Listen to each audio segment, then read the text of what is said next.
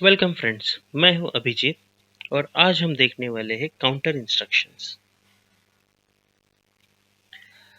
Counter instruction counter is used for counting process like object counting, visitor counting, package counting. Counting process is working on rising pulse of input. If rising pulse is given to counter, then it changes accumulator value. Counter is not a time dependent process. Counter type CTU, count up counter, CTD, count down counter.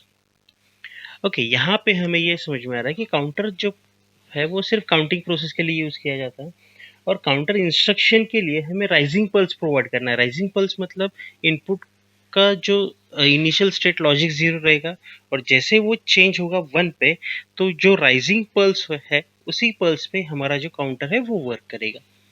अब यहाँ पे हमने mention किया है कि changes accumulator value. इसका जो change है ये डिपेंड करता है हमारा काउंटर का कौन सा टाइप है। अप काउंटर है तो ये इंक्रीज करेगा, डाउन काउंटर है तो एक्यूमुलेटर को डिक्रीज करेगा। ओके, अब हम देखते हैं अप काउंटर। अब काउंटर अप काउंटर हो या फिर डाउन काउंटर हो, एड्रेसिंग प्रोसेस उसका सेम ही है। C5:0 से लेके C5:255 as per CPU capacity. 256 counter है तो C5:0 अप टू C5:255 ये एड्रेस हमारे पास है। इनमें से रैंडमली हम कोई भी एड्रेस यहाँ पे हम एंटर कर सकते हैं। ये हमारे काउंटर की इंस्ट्रक्शन है हमारे पास। इसमें 3 पैरामीटर्स है, काउंटर, प्रीसेट, एक्यूमुलेटर, और इसको 2 आउटपुट्स है, CU और DN। अब काउंटर के लिए यहाँ पे CU बिट है। अब ये CU bit directly depending on input. Input मतलब अगर इसका जो लॉजिक स्टेट या फिर ये जो रंग है ये ट्रू हो गया तो ये CU बिट ऑन होगा। अगर लॉजिक स्टेट इसका फॉल्स हो गया तो CU बिट ऑफ हो जाएगा। और यहाँ पे हमारे पास प्रीसेट और एक्यूमुलेटर 2 पैरामीटर है।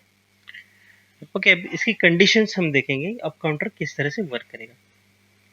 If rising pulse is given to up counter, then up counter increases its accumulator value by 1 for each pulse.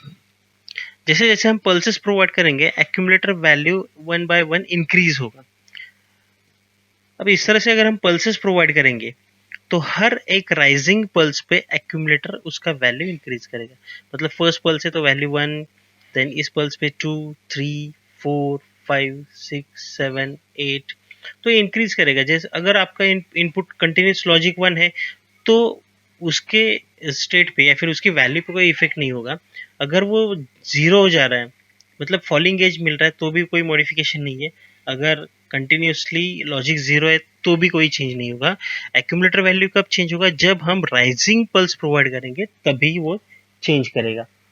Okay, इस तरह से हम काउंटर को हमारे किसी भी प्रोसेस में यूज कर सकते हैं।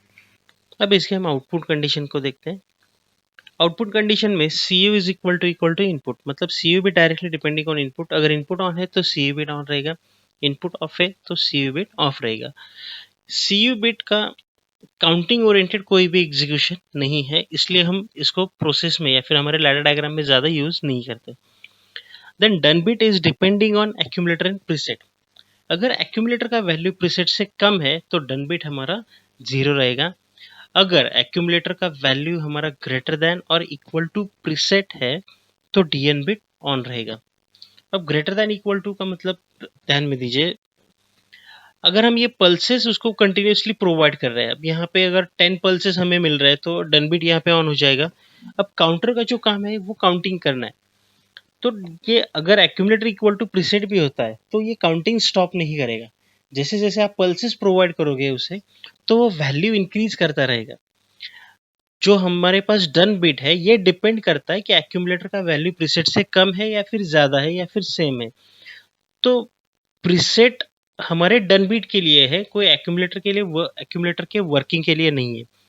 जैसे जैसे हम पल्सेस प्रोवाइड करेंगे एक्यूमुलेटर उसका काम करता रहेगा, वो वैल्यू इंक्रीज करता रहेगा। ओके, ये 16 बिट डेटा है। 16 बिट डेटा कंप्लीट होने तक ये इंक्रीज करेगा, मतलब 32767 ये इसका लास्ट वैल्यू है। 32,767 ये लास्ट वैल्यू होगा हमारे एक्यूमुलेटर का। ओके, उस वक्त तक ये इंक्रीमेंट करता रहेगा। उसके बाद हमारे पास है उसके जो आउटपुट्स हैं उसका आउटपुट हम इस तरह से यूज कर सकते हैं C5:0/DN और उसको एक आउटपुट हम कनेक्ट करेंगे। ध्यान में दीजिए CU बिट हम यूज नहीं करते क्योंकि उसका काउंटिंग ओरिएंटेड कोई भी एग्जीक्यूशन नहीं है। ओके, ये हो गया हमारा अप काउंटर। ओके, अब हम देखते हैं CTD काउंटर मतलब डाउन काउंटर के बारे में। इसके लिए एड्रेसिंग सेम ही है, C5:0 से लेके C5:255 तक। और इंस्ट्रक्शन में डिफरेंस हमारे CD बिट यहाँ पे है। यहाँ पे प्रीवियसली CU बिट था अप काउंटर के लिए और यहाँ पे अभी CD बिट है। इसके एड्रेसेस हम यहाँ पे लोड कर रहे हैं C5:1, देन प्रीसेट में वैल्यू 10 ही हम अभी रख रहे हैं और एक्यूमुलेटर में 0। अब इसमें और अप काउंटर में क्या प्रोसेस है ये हम यहाँ पे देखेंगे। If rising pulse is given to down counter, then CTD counter decreases its accumulator value by 1 for each pulses। मतलब यहाँ पे इनिशियली हमारे पास accumulator 0 है और अगर हम इस तरह से उसको pulses प्रोवाइड करेंगे तो यहाँ पे देखिए इसको भी राइजिंग पल्स ही चाहिए। डाउन काउंटर है मतलब ये डाउन पल्स नहीं लेगा, ये राइजिंग पल्स ही लेगा। ईच राइजिंग पल्स पे एक्यूमुलेटर खुद का वैल्यू डिक्रीज करेगा। मतलब इनिशियली इसका वैल्यू 0 है, अगर फर्स्ट पल्स हम प्रोवाइड करेंगे तो डिक्रीज करेगा, -1 हो जाएगा, देन -2, -3, -4, -5, -6, -7, -8। तो ये -8, -9 इस तरह से वो कंटिन्यू आगे डिक्रीज करता रहेगा जब तक हम उसको पल्स प्रोवाइड कर रहे हैं तब तक। ओके, उसका लास्ट वैल्यू जाएगा -32768 तक। मतलब नेगेटिव में 32,768 तक ये काउंट एक्यूमुलेटर का जा सकता है। तो यहाँ पे अगर हम ध्यान में रखेंगे इसके output conditions, CD is directly depending on input, accumulator less than preset है तो डन बिट ऑन 0 रहेगा और accumulator greater than equal to preset हो गया तो डन बिट 1 रहेगा। अब CTD मतलब ये जो डाउन काउंटर है ये ऑलवेज इन फर्स्ट कंडीशन में जाएगा, मतलब उसका डन बिट 0 ही रहेगा। प्रीसेट हम 10 रखते हैं और एक्यूमुलेटर में वैल्यू डिक्रीज होता जाएगा, तो ये कभी भी एक्यूमुलेटर उसका ग्रेटर देन और इक्वल टू प्रीसेट नहीं होगा। इस वजह से हम डाउन काउंटर को इंडिविजुअली यूज नहीं करते। ओके, डाउन काउंटर को इंडिविजुअल यूज करने के लिए मतलब उसका टर्न बीट का वेरिएशन होना जरूरी है, लेकिन यहाँ पे वो वेरी नहीं हो सकता, इसलिए उसको इंडिविजुअल नहीं यूज करना है। तो आगे हम उसको अप काउंटर के साथ कॉम्बिनेशन में हम यूज करेंगे अप एंड डाउन काउंटर। मतलब जो दोनों भी प्रोसेस अगर एक साथ होती है तो ही डाउन काउंटर हम वहाँ पे एक साथ यूज कर सकते हैं। ओके, अब इसके आउटपुट में भी सेम कंडीशन है C5:1/DN और उसको एक आउटपुट हम कनेक्ट करके उसको यूज कर सकते हैं। CD बिट ये as a same as CU bit है, तो ये काउंटिंग ओरिएंटेड नहीं है, इसलिए हम उसको आगे यूज नहीं करेंगे। तो दोस्तों ये हो गया हमारा up counter and down counter. अब इन दोनों को हम सॉफ्टवेयर में टेस्ट करेंगे। ओके।